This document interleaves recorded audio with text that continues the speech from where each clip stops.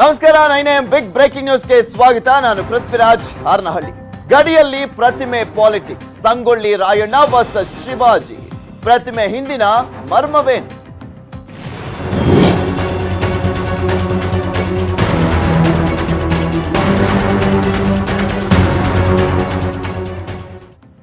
ಎಷ್ಟು ದಿನ ಬೆಳಗಾವಿಯಲ್ಲಿ ಗಡಿಯ ವಿಚಾರಕ್ಕೆ ಸಂಬಂಧಪಟ್ಟಂತೆ, ಭಾಷೆಯ ವಿಚಾರಕ್ಕೆ ಸಂಬಂಧಪಟ್ಟಂತೆ ಪ್ರತಿಭಟನೆಗಳು ನಡೀತಾ ಇದ್ವು. ಈಗ ಪ್ರತಿಮೆಯ ವಿಚಾರಕ್ಕೆ ಸಂಬಂಧಪಟ್ಟಂತೆ ಬೆಳಗಾವಿ ಜಿಲ್ಲೆಯಲ್ಲಿ ಪಾಲಿಟಿಕ್ಸ್ ಶುರುವಾಗಿದೆ. ರಾಯಣ್ಣ ಶಿವಾಜಿ ಅಭಿಮಾನಿಗಳು ಜಮಾವಣೆಗೊಂಡಿದ್ರು. ಬೀರನವಾಡಿ ವೃತ್ತದಲ್ಲಿ ಸಂದಿಗ್ಧ ಪರಿಸ್ಥಿತಿ ನಿರ್ಮಾಣವಾಗಿರುವಂತದ್ದು. ಸಂಗೊಳ್ಳಿ ರಾಯಣ್ಣ ಅವರು, ಕ್ರಾಂತಿಕಾರಿ ಸಂಗೊಳ್ಳಿ ರಾಯಣ್ಣ ಅವರ ಪ್ರತಿಮೆ ನಿರ್ಮಾಣ ಮಾಡಬೇಕು ಅಂತ ಹೇಳಿ ಕನ್ನಡ ಪರ ಸಂಘಟನೆಗಳು ಪ್ರತಿಭಟನೆಯನ್ನ ಮಾಡಿದ್ರು. ನಿನ್ನೆ ಪ್ರತಿಮೆಯನ್ನ ಪ್ರತಿಷ್ಠಾಪನೆಯನ್ನ ಮಾಡಿದ್ದಾರೆ. ರಾಯಣ್ಣ ಅಭಿಮಾನಿಗಳು ಒಂದೇ ವೃತ್ತದಲ್ಲಿ ಎರಡು ಪ್ರತಿಮೆ ಬೇಡ ಅಂತ ಹೇಳ್ತಾ ಇದ್ದಾರೆ. ಶಿವಾಜಿ ಅಭಿಮಾನಿಗಳು ಬೀರನವಾಡಿಯಲ್ಲಿ ರಾಯಣ್ಣ ಶಿವಾಜಿ ಅಭಿಮಾನಿಗಳು ಈಗ ಜಮಾವಣೆಗೊಂಡಿರುವಂತದ್ದು.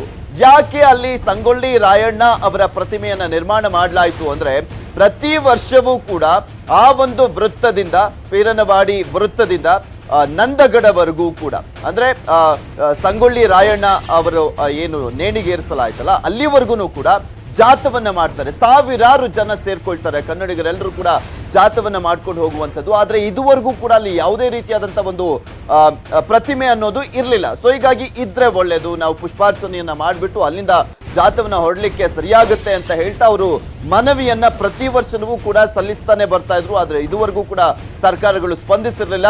ಸೊ ಫೈನಲಿ ಪ್ರತಿಮೆಯನ್ನ ಇಟ್ಟಿದ್ದಾರೆ ಕನ್ನಡಿಗರು ಅಲ್ಲಿ.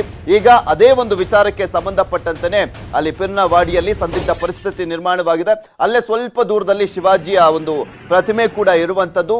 ಒಂದೇ ಸರ್ಕಲ್ ನಲ್ಲಿ ಎರಡೆರಡು ಪ್ರತಿಮೆ ಬೇಡ ಅಂತ ಶಿವಾಜಿ ಅಭಿಮಾನಿಗಳು ಈಗ ಕಿರಿಕನ್ನ ತೆಕ್ಕೊಂಡು ಕೂತಿದ್ದಾರೆ.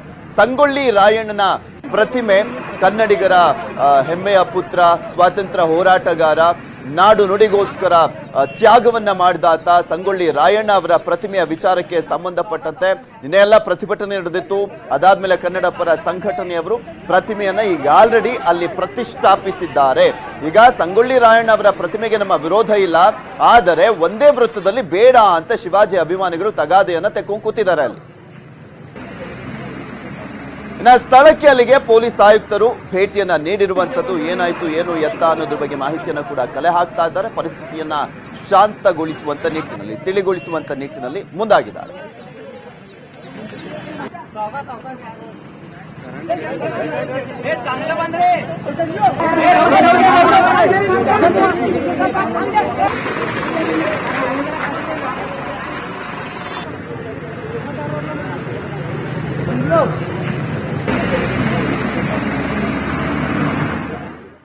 ಬೀರನವಾಡಿ ಸರ್ಕಲ್ ನಲ್ಲಿ ರಾಯಣ್ಣ ಶಿವಾಜಿ ಅಭಿಮಾನಿಗಳಿದ್ದಾರೆ. ಅವರು ಸೇರಿದ್ದು ಪರಿಸ್ಥಿತಿ ಉದ್ವಿಗ್ನವಾಗಿದೆ.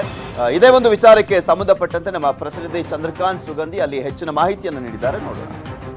ಬೆಳಗಾವಿಯ ಬೀರನವಾಡಿ ವೃತ್ತದಲ್ಲಿ ಸಂಗೊಳ್ಳಿ ರಾಯಣ್ಣ ಮೂರ್ತಿ ಪ್ರತಿಷ್ಠಾಪನೆ ಸಂಬಂಧಪಟ್ಟಂತೆ ಈಗ ಸದ್ಯದಲ್ಲಿ ಸ್ಥಳದಲ್ಲಿ ಬಿಗುವಿನ ವಾತಾವರಣ ನಿರ್ಮಾಣವಾಗಿದೆ. ನಾವು ನೋಡಬಹುದು, ಇದು ಏನಂತಂದ್ರೆ ಬೀರನವಾಡಿ ವೃತ್ತ, ಗ್ರಾಮದ ವೃತ್ತ. ಈ ಒಂದು ವೃತ್ತದಲ್ಲಿ ನೀವು ರಾತ್ರಿ ಕನ್ನಡ ಪರ ಹೋರಾಟಗಾರರು ಸಂಗೊಳ್ಳಿ ರಾಯಣ್ಣ ಮೂರ್ತಿಯನ್ನ ಈಗಾಗಲೇ ಪ್ರತಿಷ್ಠಾಪನೆ ಮಾಡಿರ್ತಕ್ಕಂಥದ್ದು. ಇದಕ್ಕೆ ಏನಂತಂದ್ರೆ ಸ್ಥಳೀಯ ಶಿವಾಜಿ ಅಭಿಮಾನಿಗಳು ವಿರೋಧ ವ್ಯಕ್ತಪಡಿಸಿದರೆ ನೋಡಬಹುದು, ನೂರಾರು ಸಂಖ್ಯೆಯಲ್ಲಿ ಅವರು ಬಂದು ಬೆಳಗ್ಗೆಯಿಂದಲೂ ಕೂಡ ಪ್ರತಿಭಟನೆ ಮಾಡ್ತಕ್ಕಂಥದ್ದು. ಒಂದೇ ವೃತ್ತದಲ್ಲಿ ಎರಡು ಪ್ರತಿಮೆಗಳು ಬೇಡ, ಇದರಿಂದ ಅನಗತ್ಯವಾಗಿ ಗೊಂದಲ ಉಂಟಾಗುತ್ತೆ ಅಂತ ಹೇಳಿ ಅವರ ಆಗ್ರಹವಾಗಿದೆ. ಹೀಗಾಗಿ ಅವರು ಬೆಳಗ್ಗೆಯಿಂದಲೂ ಕೂಡ ಇವತ್ತು ಈ ಒಂದು ಮೂರ್ತಿ ಅಂದ್ರೆ ಮೂರ್ತಿ ಸ್ಥಾಪನೆಗೆ ವಿರೋಧ ವ್ಯಕ್ತಪಡಿಸ್ತಿಲ್ಲ, ಬದಲಾಗಿ ಸ್ಥಳದ ಬಗ್ಗೆ ಅವರಿಗೆ ತಕರಾರಿದೆ. ಇದನ್ನ 20 ವರ್ಷಗಳಿಂದಲೇ ಶಿವಾಜಿ ಸರ್ಕಲ್ ಅಂತ ಹೇಳಿ ಮಾಡಿತ್ತು. ಆದ್ರೆ ಈಗ ಸದ್ಯ ಮತ್ತೆ ಈಗ ರಾಯಣ್ಣ ಮೂರ್ತಿ ಒಂದೇ ವೃತ್ತದಲ್ಲಿ ಎರಡು ಮೂರ್ತಿ ಆಗೋದ್ರಿಂದ ಗೊಂದಲ ಆಗುತ್ತೆ. ಮತ್ತು ಈ ಬಗ್ಗೆ ಏನು ಅಂತಂದ್ರೆ ನಮಗೆ ವಿರೋಧ ಇದೆ. ಬೇರೆ ಜಾಗದಲ್ಲಿ ರಾಯಣ್ಣ ಮೂರ್ತಿ ಈಗಾಗಲೇ ಸ್ಥಾಪನೆಗೆ ಜಿಲ್ಲಾಡಳಿತ ಮುಂದಾಗಿದೆ. ಅಷ್ಟರವರೆಗೂ ಕಾಯಬೇಕಿತ್ತು. ಈ ರೀತಿ ರಾತ್ರೋರಾತ್ರಿ ಮೂರ್ತಿ ಸ್ಥಾಪನೆ ಮಾಡಿದ್ದು ನಮಗೆ ವಿರೋಧ ಇದೆ ಅಂತ ಹೇಳಿ ಈಗ ನೂರಾರು ಸಂಖ್ಯೆಯಲ್ಲಿ ಬಂದು ಅವರು ಜಮಾಯಿಸಿದ್ದಾರೆ. ಜೊತೆಗೆ ಪೊಲೀಸರು ಅವರನ್ನ ಮನವೊಲಿಸುವ ಯತ್ನವನ್ನ ಮಾಡ್ತಿರ್ತಕ್ಕಂಥದ್ದು. ಮತ್ತೊಂದು ಕಡೆ ನೋಡಬಹುದು, ಇದು ನಿನ್ನೆ ರಾತ್ರಿ ಸ್ಥಾಪನೆಗೊಂಡಿರ್ತಕ್ಕಂತಹ ಸಂಗೊಳ್ಳಿ ರಾಯಣ್ಣ ಪ್ರತಿಮೆ. ಇದು 5 ಅಡಿ ಎತ್ತರದಲ್ಲಿ ಒಂದು ಸ್ಥಾಪನೆ ಆಗಿದೆ. ಜೊತೆಗೆ ಈ ಒಂದು ಪ್ರತಿಮೆ ಈ ಕಡೆ ಬೆಳಗಾವಿ ಭಾಗದಲ್ಲಿ ಕೂಡ ಕನ್ನಡ ಪರ ಹೋರಾಟಗಾರರು ಬಂದಿದ್ದಾರೆ. ಅವರು ಏನು ಅಂತಂದ್ರೆ ವಿಜಯೋತ್ಸವ ಮಾಡೋಕೆ ಒಂದು ಸ್ಥಳಕ್ಕೆ ಆಗಮಿಸಿರ್ತಕ್ಕಂಥದ್ದು. ಈಗ ಸದ್ಯ ಸ್ಥಳದಲ್ಲಿ ಬಿಗುವಿನ ವಾತಾವರಣ ನಿರ್ಮಾಣವಾಗಿರ್ತಕ್ಕಂಥದ್ದು. ಬೆಳಗಾವಿಯ ಗ್ರಾಮೀಣ ಎಸಿಪಿ ಶಿವಾರೆಡ್ಡಿ ನೇತೃತ್ವದಲ್ಲಿ ಅನೇಕ ಪೊಲೀಸರು ಈಗಾಗಲೇ ಜಮಾವಣೆಗೊಳ್ತಿದ್ದಾರೆ. ಪ್ರಮುಖವಾಗಿ ಏನು ಈ ಒಂದು ಮೂರ್ತಿ ಪ್ರತಿಷ್ಠಾಪನೆ ಈಗ ಮತ್ತಷ್ಟು ಜಟಿಲಗೊಳ್ತಾ ಇದೆ. ಹೀಗಾಗಿ ಹೆಚ್ಚಿನ ಪೊಲೀಸ್ ಬಂದೋಬಸ್ತನ್ನ ಸ್ಥಳದಲ್ಲಿ ನಿಯೋಜನೆ ಮಾಡಲಾಗಿದೆ. ಜೊತೆಗೆ ಏನು ಅಂತಂದ್ರೆ ಈಗ ಎರಡೂ ಬಣ್ಣದ ಕಡೆಯಿಂದಲೂ ಕೂಡ ಮಾತುಕತೆ ನಡೆಸಬೇಕು ಅಂತ ಹೇಳಿ ಪೊಲೀಸರು ತೀರ್ಮಾನವನ್ನ ಮಾಡಿದ್ದಾರೆ. ಬೆಳಗಾವಿಯಿಂದ ಕ್ಯಾಮರಾಮನ್ ಪ್ರವೀಣ್ ಜೊತೆ ಚಂದ್ರಕಾಂತ್ ಸುಗಂಧಿ, ನ್ಯೂಸ್ 18 ಕನ್ನಡ. ಪ್ರತಿಮೆ ಪ್ರತಿಷ್ಠಾಪನೆ ಹಿಂದಿನ ಮರ್ಮವೇನು? ಅಲ್ಲೂ ಕೂಡ ಸಾಕಷ್ಟು ಲೆಕ್ಕಾಚಾರಗಳು ಇವೆಯಂತೆ. ರಾಯಣ್ಣ ಶಿವಾಜಿ ಅಭಿಮಾನಿಗಳ ಕಿತ್ತಾಟ ಯಾಕೆ ಎನ್ನುವ ಪ್ರಶ್ನೆ ಸಹಜವಾಗಿ ಕಾಡುತ್ತೆ. ಪ್ರತಿಮೆ ಕಿತ್ತಾಟದ ಹಿಂದೆ ರಾಜಕೀಯ ಜಾತಿಯ ಲೆಕ್ಕಾಚಾರ ಕೂಡ ಇದೆ ಅಂತ ಹೇಳಲಾಗ್ತಾ ಇರುವಂತದ್ದು ಅಲ್ಲಿನ ಜನ ಮಾತನಾಡ್ಕೊಳ್ತಾ ಇದ್ದಾರೆ. ಏನು ಅಂದ್ರೆ ಪೇರ್ನವಾಡಿ ಗ್ರಾಮದಲ್ಲಿ ಎರಡು ಪ್ರಬಲ ಸಮುದಾಯಗಳಿದಾವೆ. ಎರಡು ಪ್ರಬಲ ಸಮುದಾಯಗಳು ಅಂದ್ರೆ ಅದು ಒಂದು ಕುರುಬ ಸಮುದಾಯ, ಮತ್ತೊಂದು ಮರಾಠ ಸಮುದಾಯ.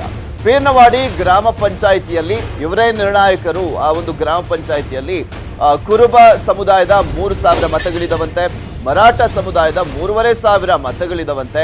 ಇವರ ಓಲೈಕೆಗೆ ನಡೀತಾ ಇದೆಯಾ ಪ್ರತಿಮೆ ಪಾಲಿಟಿಕ್ಸ್ ಅನ್ನುವ ಪ್ರಶ್ನೆನೂ ಕೂಡ ಎದ್ದಿರುವಂತದ್ದು. ರಾಯಣ್ಣ ಪ್ರತಿಮೆ ಸ್ಥಾಪಿಸಿದ್ರೆ ಮರಾಠ ಮತಗಳಿಗೆ ಕೊಕ್ಕೆ ಬೀಳುವಂತ ಸಾಧ್ಯತೆ ಅಂತೆ. ಶಿವಾಜಿ ಪ್ರತಿಮೆ ಸ್ಥಾಪಿಸಿದ್ರೆ ಕುರುಬ ಮತಗಳಿಗೆ ಕೊಕ್ಕೆ ಬೀಳುವಂತ ಸಾಧ್ಯತೆ ಅಂತೆ. ಇದೇ ಕಾರಣಕ್ಕೆ ತಟಸ್ಥವಾದ ಸ್ಥಳೀಯ ರಾಜಕಾರಣಿಗಳು ಅಂದ್ರೆ ಇಲ್ಲಿ ಯಾರು ಕೂಡ ಎಂಟ್ರಿ ಕೊಡ್ತಾ ಇಲ್ಲ. ನಮ್ಗೆ ಯಾಕಬೇಕು, ಈಗ ಒಬ್ರಿಗೆ ಸಪೋರ್ಟ್ ಮಾಡಿದ್ರೆ ಇನ್ನೊಬ್ಬರ ಮತಗಳನ್ನ ಕಳ್ಕೊಳ್ತೀವಿ, ಇನ್ನೊಬ್ರಿಗೆ ಸಪೋರ್ಟ್ ಮಾಡಿದ್ರೆ ಮತ್ತೊಬ್ಬರ ಮತಗಳನ್ನ ಕಳ್ಕೊಳ್ತೀವಿ ಅನ್ನುವ ಲೆಕ್ಕಾಚಾರ ರಾಜಕಾರಣಿಗಳಿಗೆ. ಅಲ್ಲಿ ಪ್ರತಿಮೆ ಸ್ಥಾಪನೆಗೆ ಒತ್ತಾಯಿಸಿದ್ರು ಸಿದ್ದರಾಮಯ್ಯ ಅವರು, ಸ್ಥಳಕ್ಕೆ ಭೇಟಿ ನೀಡಿದ್ರು ಸಚಿವ ಈಶ್ವರಪ್ಪ ಅವರು. ಇಬ್ಬರು ಕುರುಬ ಸಮುದಾಯದ ನಾಯಕರು ರಾಯಣ್ಣ ಪರವಾಗಿ ಬ್ಯಾಟಿಂಗ್ ಅನ್ನ ಮಾಡಿದ್ರು. ಅವ್ರು ರಾಯಣ್ಣ ಕೇವಲ ಕುರುಬ ಸಮುದಾಯಕ್ಕೆ ಅಂತಲ್ಲ, ಇಡೀ ಕರ್ನಾಟಕ, ಇಡೀ ದೇಶಕ್ಕೆ ಅಂದ್ರೆ ಅವರು ಈ ನಾಡು ನುಡಿ ಭಾಷೆ ನಮ್ಮ ಒಂದು ಭೂಮಿಗೋಸ್ಕರ ಹೋರಾಟವನ್ನ ಮಾಡಿದಂಥವರು, ಸ್ವಾತಂತ್ರ್ಯ ಹೋರಾಟಗಾರ, ಕ್ರಾಂತಿವೀರ ಸಂಗೊಳ್ಳಿ ರಾಯಣ್ಣ ಅವರು.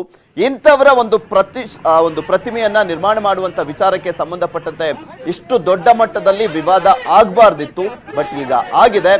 MLA ಅಭಯ್ ಪಾಟೀಲ್ ಈ ಬಗ್ಗೆ ಮೌನ ವಹಿಸಿದ್ದಾರೆ. ಯಾಕೆ ಬೇಕು, ಓಟ್ಗಳು ಕಳ್ಕೊಂಡ್ಬಿಟ್ರೆ ಅಂತ. ಉಸ್ತುವಾರಿ ಸಚಿವ ರಮೇಶ್ ಜಾರಕಿಹೊಳಿ ಅವರು ತಟಸ್ಥವಾಗಿದ್ರು. ಅದಾದ್ಮೇಲೆ ನಿನ್ನೆ ಎಂಟ್ರಿಯನ್ನ ಕೊಟ್ಟಿದ್ರು. ಸ್ಥಳೀಯ ನಾಯಕರಿಗೆ ವೋಟ್ ಬ್ಯಾಂಕ್ ನ ಚಿಂತೆ, ಇದನ್ನ ತಿಳಿಗೊಳಿಸಬೇಕು, ಶಾಂತಗೊಳಿಸಬೇಕು, ಅಥವಾ ಏನಾದ್ರೂ ಒಂದು ಪರಿಹಾರ ಕಂಡಿಡಬೇಕು ಅನ್ನುವಂತ ನಿಟ್ಟಿನಲ್ಲಿ ಯಾರು ಕೂಡ ಮುಂದಾಗ್ತಾ ಇಲ್ಲ. ಇದರ ಬಗ್ಗೆ ಮತ್ತಷ್ಟು ಡೀಟೇಲ್ಸ್ ಅನ್ನ ನೀಡ್ತಾರೆ ನಮ್ಮ ಪ್ರತಿನಿಧಿ ಚಂದ್ರಕಾಂತ್ ಸುಗಂಧಿ ದೂರವಾಣಿ ಸಂಪರ್ಕದಲ್ಲಿದ್ದಾರೆ. ಚಂದ್ರಕಾಂತ್, ಏನಾಗ್ತಾ ಇದೆ ಈಗ ಅಲ್ಲಿ? ಪೃಥ್ವಿರಾಜ್, ಖಂಡಿತವಾಗ್ಲೂ ಬೆಳಗಾವಿ ಜಿಲ್ಲೆಯಲ್ಲಿ ಒಂದು ಪ್ರತಿಮೆ ವಿವಾದ ಏನಿದೆ ಇದು ರಾಜಕೀಯ ಬಣ್ಣವನ್ನ ಪಡೆದುಕೊಂಡಿರ್ಬೋದು.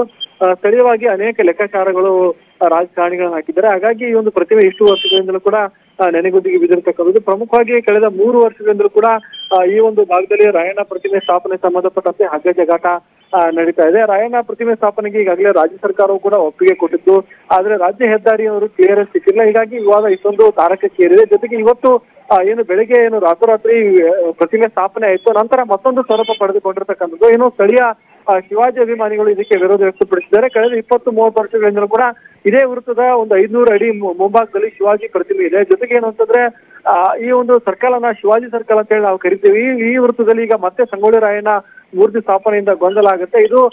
ಇದಕ್ಕೆ ಅವರು ವಿರೋಧ ವ್ಯಕ್ತಪಡಿಸಿದ್ದಾರೆ. ಜೊತೆಗೆ ಬೇರೆ ಕಡೆ ಒಂದು ಪ್ರತಿಮೆಯನ್ನು ಸ್ಥಾಪಿಸಿ ನಮ್ದು ಯಾವ್ದು ಅಭ್ಯಂತರ ಇಲ್ಲ. ಇನ್ನು ಬೇರೆ ಕಡೆ ಸ್ಥಾಪಿಸಕ್ಕೆ ರೀಸನ್ ಇಲ್ಲ. ಯಾಕೆಂದ್ರೆ ಪಿರನವಾಡಿಯಿಂದ ಯಾವಾಗ್ಲೂ ಕೂಡ ನಂದಗಡಕ್ಕೆ ಸಾವಿರಾರು ಜನ ಯಾವಾಗ್ಲೂ ಕೂಡ ಜಾಥವನ್ನ ಮಾಡ್ತಾರೆ. ಹುಟ್ಟಿದ ಹಬ್ಬದ ಸಂದರ್ಭದಲ್ಲಾಗಿರ್ಬೋದು, ಮತ್ತೊಂದು ಸಂದರ್ಭದಲ್ಲಾಗಿರ್ಬೋದು, ಯಾವಾಗ್ಲೂ ಕೂಡ ಮಾಡ್ತಾರೆ. ಬೇಕಾಗಿತ್ತು ಅವರಿಗೆ ಆ ಒಂದು ಪ್ರತಿಮೆ ಆ ಜಾಗದಲ್ಲಿ ಬೇಕಾಗಿದ್ದಂತ ಒಂದು ಸಂದರ್ಭ. ಈಗ ವಿರೋಧ ಮಾಡೋದು ಕೂಡ ಎಷ್ಟು ಮಟ್ಟಿಗೆ ಸರಿ ಅನ್ಸುತ್ತೆ ಅಲ್ಲಿ? ಖಂಡಿತವಾಗ್ಲೂ ಪೃಥ್ವಿರಾಜ್, ಏನಂದ್ರೆ ಈಗ ಅವರು ಹೇಳ್ತಕ್ಕಂಥ ಜಾಗವು ಕೂಡ ಇದೇ ನಂದಗಡಕ್ಕೆ ಹೋಗುವ ದಾರಿಯಲ್ಲಿ 5 ಗುಂಟೆ ಜಾಗ ಇದೆ, ವಿಶಾಲವಾದ ಒಂದು ಕೆರೆ ಇದೆ, ಅಲ್ಲಿ ಸ್ಥಾಪನೆ ಮಾಡಿ ಅಂತ ಹೇಳಿ ಅವರು ಪಟ್ಟಿದ್ದಾರೆ. ಆದ್ರೆ ಇದು ತೀವ್ರ ಒಂದು ಪ್ರತಿಷ್ಠೆ ವಿಚಾರವಾಗಿತ್ತು. ಹಾಗಾಗಿನೇ ಕನ್ನಡಪರ ಹೋರಾಟಗಾರರು ರಾತ್ರಿ ಒಂದು ಮೂರ್ತಿಯನ್ನು ಈಗಾಗಲೇ ಪ್ರತಿಷ್ಠಾಪನೆ ಮಾಡಿದ್ದಾರೆ. ಜೊತೆಗೆ ಏನು ಅಂತಂದ್ರೆ ಈಗ ಸ್ಥಳೀಯವಾಗಿ ಏನು ಅಭಿಮಾನಿಗಳಿದ್ದಾರೆ, ಶಿವಾಜಿ ಅಭಿಮಾನಿಗಳು, ಅವರು ಕೂಡ ಒಂದು ಕಡೆ ಕೂಡಿ ಈಗ ಪ್ರತಿಭಟನೆಯನ್ನು ಆರಂಭಿಸಿದ್ದಾರೆ. ಅವರು ಏನು ಅಂತಂದ್ರೆ ಈ ಒಂದು ಒಂದೇ ಜಾಗದಲ್ಲಿ 2 ಮೂರ್ತಿಗಳಿರೋದ್ರಿಂದ ಗೊಂದಲ ಆಗುತ್ತೆ ಅಂತ ಹೇಳಿ ಅವರು ತಮ್ಮ ಅನಿಸಿಕೆಯನ್ನು ಹೇಳ್ತಿದ್ದಾರೆ. ಜೊತೆಗೆ ಈಗ ಬೃಹತ್ ಪ್ರತಿಭಟನೆ ಮಾಡಲು ಕೂಡ ಅವರು ನಿರ್ಧಾರ ಮಾಡಿ ಈಗಾಗಲೇ ಶಿವಾಜಿ ಮೂರ್ತಿಗೆ ಮಾಲಾರ್ಪಣೆ ಮಾಡಿ ಇಲ್ಲಿಂದ ಹೊರಡಕ್ಕೆ ಸಿದ್ಧತೆಯನ್ನು ಮಾಡಿಕೊಂಡಿದ್ದಾರೆ. ಒಟ್ಟು ಬೆಳಗಾವಿ ಜಿಲ್ಲೆಯಲ್ಲಿ ಒಂದು ಏನು ಸೌಹಾರ್ದಯುತವಾಗಿ ಮೂರ್ತಿ ಪ್ರತಿಷ್ಠಾಪನೆ ವಿಚಾರ ಬಗೆಹರಿಬೇಕಿತ್ತು. ಆದ್ರೆ ಈಗ ತೀವ್ರ ಒಂದು ರಾಜಕೀಯ ಮೇಲಾಟಗಳಿಂದ ಇದು ಇಷ್ಟೊಂದು ರೀತಿಯ ಒಂದು ಇದು ಕಗ್ಗಂಟಾಗಿ ಉಳಿದುಕೊಂಡಿದೆ. ಪೃಥ್ವಿರಾಜ್, ಈ ಬಗ್ಗೆ ಅಂದ್ರೆ ಜಿಲ್ಲಾ ಉಸ್ತುವಾರಿ ಸಚಿವ ರಮೇಶ್ ಜಾರಕಿಹೊಳಿ 29ನೇ ತಾರೀಕು ಸಭೆ ನಡೆಸ್ತೀನಿ ಅಂತ ಹೇಳಿದ್ರು. ಸಭೆಗೂ ಮುನ್ನವೇ ಈಗ ಮೂರ್ತಿ ಪ್ರತಿಷ್ಠಾಪನೆ ಮಾಡಲಾಗಿದೆ. Prithviraj, okay, thank you Chandrakant Sugandhi ನಿಮ್ಮೆಲ್ಲ ಡೀಟೇಲ್ಸ್ಗಾಗಿ.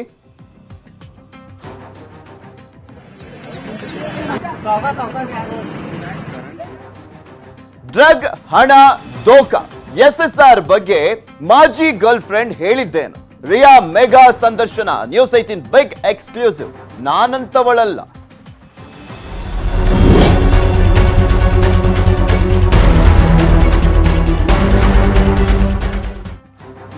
ಸುಶಾಂತ್ ಸಿಂಗ್ ರಜಪೂತ್ ಸಾವಿನ ಬಳಿಕ ರಿಯಾಗೆ ಸಂಕಷ್ಟ ಎದುರಾಗಿದೆ. ಸುಶಾಂತ್ ಪ್ರೇಯಸಿ ವಿರುದ್ಧ 108 ಆರೋಪಗಳು ಕೇಳಿ ಬರ್ತಾನೆ ಇದೆ.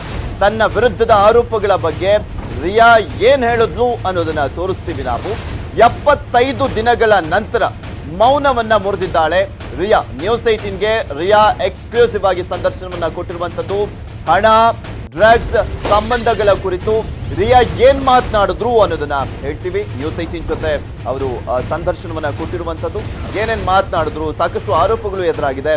ಆ ಆರೋಪಗಳಿಗೆ ಏನು ಉತ್ತರವನ್ನ ಕೊಟ್ಟಿದ್ದಾರೆ ಅನ್ನೋದನ್ನ ಒಂದೊಂದಾಗೆ ತೋರಿಸ್ತೀವಿ.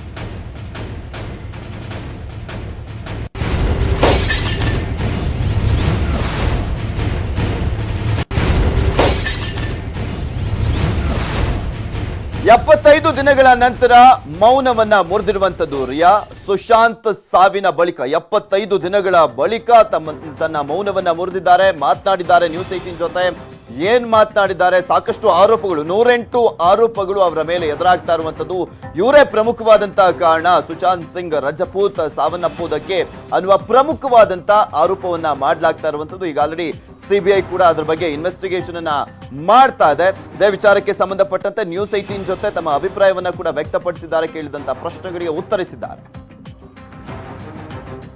ಡ್ರಗ್ಸ್ ಸೇವನೆ ಮಾಡ್ತಿದ್ರ ರಿಯಾ? ಡ್ರಗ್ಸ್ ಸೇವನೆ ಆರೋಪಕ್ಕೆ ರಿಯಾ ಏನ್ ಹೇಳಿದ್ರು? ನ್ಯೂಸ್ 18ಗೆ ರಿಯಾ ಎಕ್ಸ್ಕ್ಲೂಸಿವ್ ಸಂದರ್ಶನವನ್ನ ಕೊಟ್ಟಿರುವಂತದ್ದು.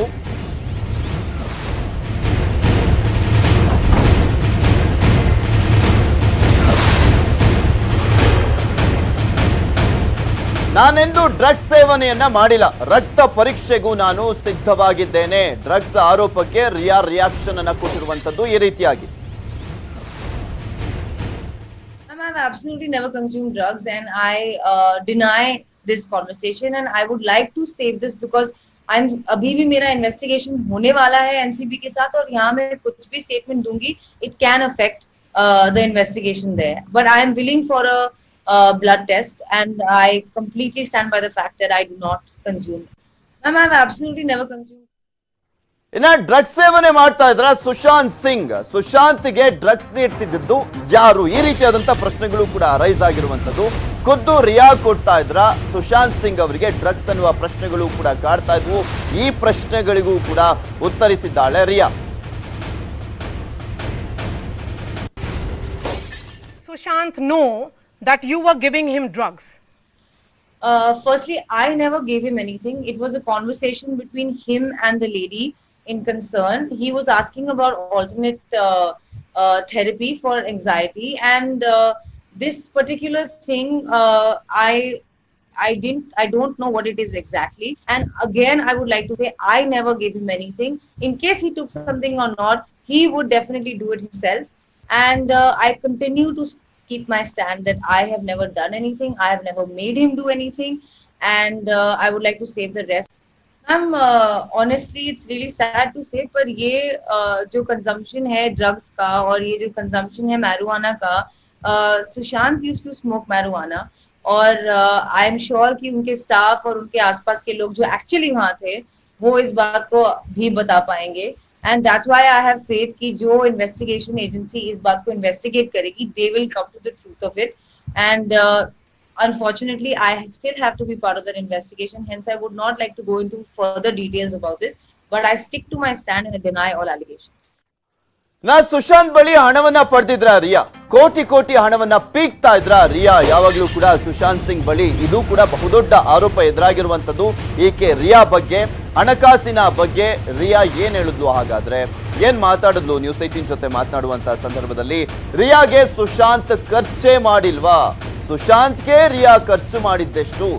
ಇದ್ರ ಬಗ್ಗೆನೂ ಕೂಡ ಮಾತನಾಡಿದ್ದಾರೆ, ನೋಡೋಣ. Absolutely not. ये सब बहुत ही बड़ा झूठ है. पहली बात, उन्होंने मुझे कभी कोई पैसे नहीं दिए.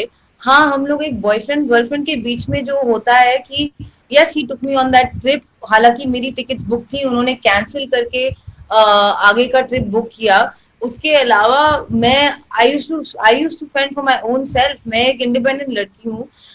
जस्ट बिकॉज मैं इतनी बड़ी स्टार नहीं हूँ इसका मतलब ये नहीं कि किसी का भी मैं फायदा उठाने लगूं। जी हाँ, वो मुझसे प्यार करते थे, एज अ गर्लफ्रेंड वो मुझे खुश रखते थे, लेकिन ऐसे कोई खर्चे नहीं किए उन्होंने मेरे पे जो मैंने उनसे करवाए हैं। एज अ नॉर्मल कपल कभी कभी वो जारा के बिल्स पे करते थे, कभी कभी मैं। उन्होंने मुझे मेरे बर्थडे पे घड़ी गिफ्ट की जो कि 4 या 5 लाख की थी। मैंने उन्हें उनके बर्थडे पे एक घड़ी गिफ्ट की जो 4 लाख की थी। हालांकि वो मुझसे बड़े स्टार थे। ये बात कोई क्यों नहीं कहता कि मैंने भी उन पे 4 लाख रुपए खर्च किए हैं और 20-20 हजार के बिल्स निकाल निकाल के हमारे रिलेशनशिप का इतना गंद उछाला जा रहा है। आप मुझे बताइए, अगर आप एक कपल हैं तो क्या आप एक दूसरे पे थोड़े बहुत ಮತ್ತಷ್ಟು ಅಪ್ಡೇಟ್ಸ್ ಅನ್ನು ನಿಮ್ಮ ಮುಂದೆ ಇಡ್ತಾ ಹೋಗ್ತೀನಿ, ಆದ್ರೆ ಅದಕ್ಕೂ ಮುಂಚೆ ಒಂದು ಸ್ಮಾಲ್ ಬ್ರೇಕ್. ಪಿಯತ್ತ 5 ಬಿಬಿಎಂಪಿ ಕಾರ್ಪೊರೇಟರ್ಸ್ ಗಳು ಹೋಗ್ತಾ ಇದ್ದಾರಂತೆ, ಬಿಜೆಪಿ ಸೇರ್ಲಿಕ್ಕೆ ಮುಂದಾಗಿದ್ದಾರೆ ಬಿಬಿಎಂಪಿ ಸದಸ್ಯರುಗಳು. ಇದೇನು ಈ ಮಂತ್ ಎಂಡಿಗೆ ಮುಗಿತಾ ಬರ್ತಾ ಇದೆ ಬಿಬಿಎಂಪಿಯ ಅವಧಿ. ಅದಾದ್ಮೇಲೆ ಇನ್ನು ಚುನಾವಣೆ ಕೂಡ ಲೇಟ್ ಅಂತ ಹೇಳಲಾಗ್ತದೆ, ಇನ್ನೊಂದು 5-6 ತಿಂಗಳು ಆಗ್ಬಹುದು ಅಂತ ಹೇಳಲಾಗ್ತಾ ಇರುವಂತದ್ದು. ಅದಕ್ಕೂ ಮುಂಚೆನೆ ಈಗ ಬಿಬಿಎಂಪಿ ಕಾರ್ಪೊರೇಟರ್ಸ್ ಗಳು ಬಿಜೆಪಿಯನ್ನ ಸೇರ್ಲಿಕ್ಕೆ ಮುಂದಾಗಿದ್ದಾರೆ. ಕಾಂಗ್ರೆಸ್, ಜೆಡಿಎಸ್ ಮತ್ತೆ ಪಕ್ಷೇತರ ಕಾರ್ಪೊರೇಟರ್ಗಳು ಬಿಜೆಪಿ ಸೇರ್ಲಿಕ್ಕೆ ಮುಂದಾಗಿರುವಂತದ್ದು. ಪ್ರಮುಖವಾಗಿ ಲಗ್ಗೆರೆ ವಾರ್ಡ್ನ ಜೆಡಿಎಸ್ನ ಸದಸ್ಯೆ ಮಂಜುಳಾ ನಾರಾಯಣಸ್ವಾಮಿ, ಜೆಡಿಎಸ್ ಸದಸ್ಯ ಕೆ ದೇವದಾಸ್, ದೊಮ್ಮಲೂರಿನ ಪಕ್ಷೇತರ ಸದಸ್ಯ ಲಕ್ಷ್ಮೀನಾರಾಯಣ್ ಸೇರಿದಂತೆ ಮಾರ್ತಳ್ಳಿ ವಾರ್ಡ್ನ ಪಕ್ಷೇತರ ಸದಸ್ಯ ಎನ್ ರಮೇಶ್, ಇನ್ನು ಇಬ್ರು ಕೂಡ. ಬಿಜೆಪಿ ಅತ್ತ ಈ 5 ಸದಸ್ಯರು ಸೇರುವಂತ ಸಾಧ್ಯತೆ ಇದೆ ಅಂತ ಹೇಳಲಾಗ್ತಾ ಇರುವಂತದ್ದು. ಇವರೆಲ್ಲರೂ ಕೂಡ ಮೊನ್ನೆ ನಡೆದಂತ ಒಂದು ಮೇಯರ್ ಎಲೆಕ್ಷನ್ ಅಲ್ಲಿ, ಅಂದ್ರೆ 1 ವರ್ಷದ ಹಿಂದೆ ನಡೆದಂತ ಮೇಯರ್ ಎಲೆಕ್ಷನ್ ಸಂದರ್ಭದಲ್ಲಿ ಬಿಜೆಪಿಗೆ ಸಪೋರ್ಟ್ ಮಾಡಿದ್ರು. ಈ 5 ಮಾತ್ರ ಅಲ್ಲ ಅಂತ ಕಾಣಿಸುತ್ತೆ, ಇನ್ನೂ ಒಂದು 15 ಜನ ಸೇರುವಂತ ಸಾಧ್ಯತೆ ದಟ್ಟವಾಗಿದೆ. ಯಾಕೆಂದ್ರೆ ಇಲ್ಲಿ ಎಸ್.ಟಿ. ಸೋಮಶೇಖರ್ ಅವರು ಬಿಜೆಪಿಗೆ ಬಂದ್ರು, ಗೋಪಾಲಯ್ಯ ಅವರು ಬಿಜೆಪಿಗೆ ಬಂದ್ರು, ಭೈರತಿ ಬಸವರಾಜ್ ಅವರು ಬಿಜೆಪಿಗೆ ಬಂದ್ರು, ಮುನಿರತ್ನ ಅವರು ಬಿಜೆಪಿಗೆ ಬಂದಿದ್ದಾರೆ. ಇವರ ಬೆಂಬಲಿಗರು ಕೂಡ ಇನ್ನೊಂದು 2-3 ತಿಂಗಳು ಮೋಸ್ಟ್ ಪ್ರಾಬಬ್ಲಿ ಸೇರುವಂತ ಸಾಧ್ಯತೆ ಇದೆ ಅಂತ ಹೇಳಲಾಗ್ತದೆ. ಕಾದ್ ನೋಡ್ಬೇಕು ಯಾರ್ಯಾರು ವಲಸೆ ಬರ್ತಾರೆ ಕಾಂಗ್ರೆಸ್ ಜೆಡಿಎಸ್ ಪಕ್ಷದಿಂದ ಅಂತ. ಮತ್ತಷ್ಟು ಅಪ್ಡೇಟ್ಸ್ ಅನ್ನ ನಿಮ್ಮ ಮುಂದೆ ಹೇಳ್ತೀನಿ, ಆದ್ರೆ ಅದಕ್ಕೂ ಮುಂಚೆ ಒಂದು ಸ್ಮಾಲ್ ಬ್ರೇಕ್. 30,000 ಕೋಟಿ ಜಿಎಸ್ಟಿ ಹಣದ ನಿರೀಕ್ಷೆ ಇದೆಯಂತೆ. 30,000 ಕೋಟಿ ಜಿಎಸ್ಟಿ ಪರಿಹಾರದ ಅವಕಾಶವನ್ನ ನೀಡಲಾಗುತ್ತೆ ಅಂತ ಹೇಳಲಾಗ್ತಾ ಇದೆ. ಇದುವರೆಗೂ ಯಾವುದೇ ರೀತಿಯಾದಂತಹ ಅಂತ ದೊಡ್ಡ ಬಿಗ್ ಗಿಫ್ಟ್ ಕರ್ನಾಟಕಕ್ಕೆ ಸಿಕ್ಕಿಲ್ಲ, ಯಾಕೆಂದ್ರೆ ಯಾವುದೇ ರೀತಿಯಾದಂತಹ ಒಂದು ಪರಿಹಾರದ ಸಂದರ್ಭದಲ್ಲೂ ಕೂಡ ಕೊಟ್ಟಿಲ್ಲ, ಪರಿಹಾರದ ನಷ್ಟವನ್ನು ಕೂಡ ಬರ್ಸ್ಕೊಟ್ಟಿಲ್ಲ. ಸೊ ಈ ಜಿಎಸ್ಟಿ ಮುಖಾಂತರನಾದ್ರೂ ಈ ಬಾರಿ ಕೊಡ್ತಾರ ಅನ್ನೋದನ್ನ ಕಾದ್ ನೋಡ್ಬೇಕು. ಜಿಎಸ್ಟಿ ಸಭೆಯಲ್ಲಿ ನಿರ್ಮಲಾ ಸೀತಾರಾಮನ್ ಅವರು ಮಾಹಿತಿಯನ್ನ ಕೊಟ್ಟಿದ್ದಾರೆ. ಕೊರೋನಾ ಸಂಕಷ್ಟದ ಸಮಯದಲ್ಲಿ ರಾಜ್ಯಗಳಿಗೆ ನೆರವನ್ನ ನೀಡುವಂತ ವಿಚಾರದ ಬಗ್ಗೆ ರಾಜ್ಯಗಳ ಮುಂದೆ 2 ಆಯ್ಕೆಯನ್ನ ಇಟ್ಟಿದ್ದಾರೆ ಹಣಕಾಸು ಸಚಿವೆ ನಿರ್ಮಲಾ ಸೀತಾರಾಮನ್.